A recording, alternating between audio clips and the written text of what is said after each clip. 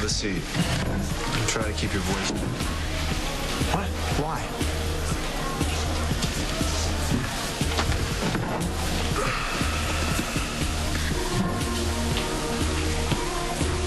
What do you think? Oh, he's the one. I'm the one. What? Who are you? I'm sorry. Listen, Ryan Lavery, this is Nick Pearson. Nick was a guest at the club the night that David died.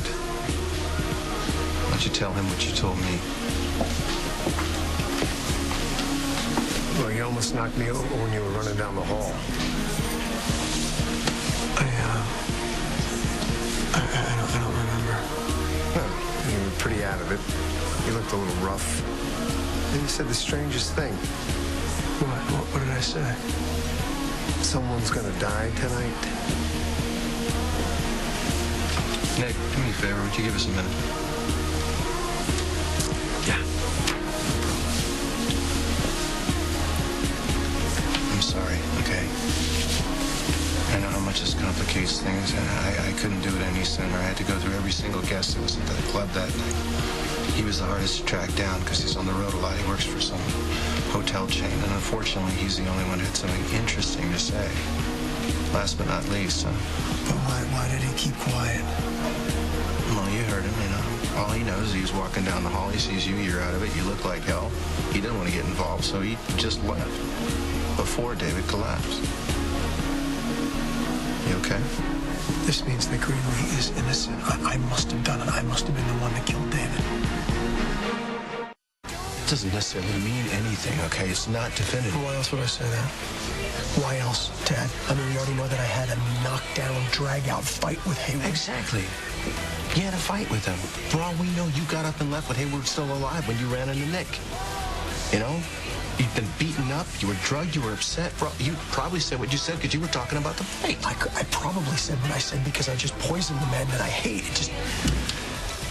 It kills me that I can't remember what happened. What do you want me to do about this?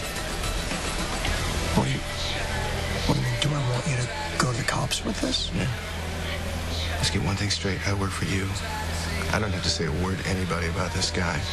Between you and me, I get the feeling he'd love to slip back into the woodwork. Well, I don't want you to bury it. Not if this is what it's going to take to save Greenlee. Even if it means you're going to bury yourself?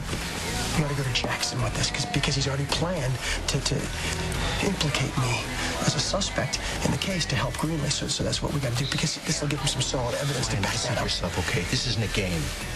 It's not about Greenlee, it's about you. And there's only one way this thing is going to go, and that's you get indicted. So take my advice, maybe you should give yourself some time to come up with some options. I don't need any time. Mr. Pearson. Look, I'm gonna just stay in town and testify everything that you saw and that you heard that night. Yeah, well, I don't think that's such a good idea. There's an innocent woman on trial for murder. Oh, I understand that. And I'm sorry. Really, I am. But I can't let anybody know that I was in that hotel that day. My wife would never forgive me. This is where it gets interesting. And I doubt Claire wants her husband to find out either. Well, who is Claire? The woman I was with in the hotel room. Told you. Well, if you don't testify, I will personally see to it that both the women in your life find out about this.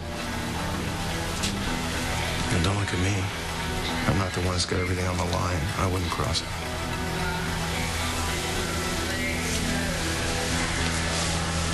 All right. Fine. Wise choice. It was pretty quiet on the way home. I was just thinking. I heard you, you know. I didn't say anything. Over at Krystal's. When you were talking to Jackson, my hearing is getting sharper and sharper. We were just going at it about Greenlee's trial. Yeah, you were going at it even more when you realized he was about to serve me with a subpoena. Oh, come on. Here. If Jackson had thought about it even for half a second, he would know not to put you on that stand after everything you've been through. but I could have handled it. Well, that's not the point whether you could handle it or not. Maybe it's like the amnio. It's just one more challenge you don't need. But I can handle it. You know, I have been looking at this all wrong. Nobody needs challenges, but that's what life is. And when it comes to our child, I can take on any challenge. And I want you to know that I have made a decision. I am going to have the amnio. Don't worry, he'll...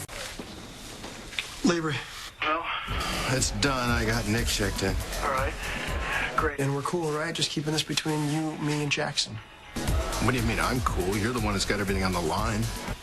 I'm gonna be fine. I just want to make sure we keep this a secret and Liza doesn't find out about it, all right? The surprise to her is, I think, pretty much all we got going. You never cease to amaze me. I thought you were dead set against having this amnio. I was scared, Jesse.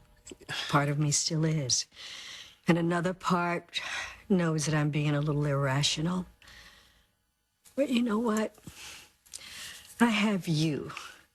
And I know that we are in this together. And I don't need time. I just need you. I am so lucky. I'm the lucky one here.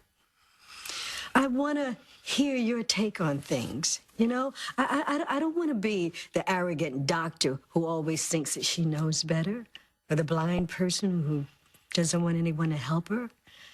It's going to take both of us to bring this baby to term. I ain't going nowhere. So we'll listen to each other? Don't we always? Not always. And when we don't, we run into trouble. You know, we're more than the sum of our parts.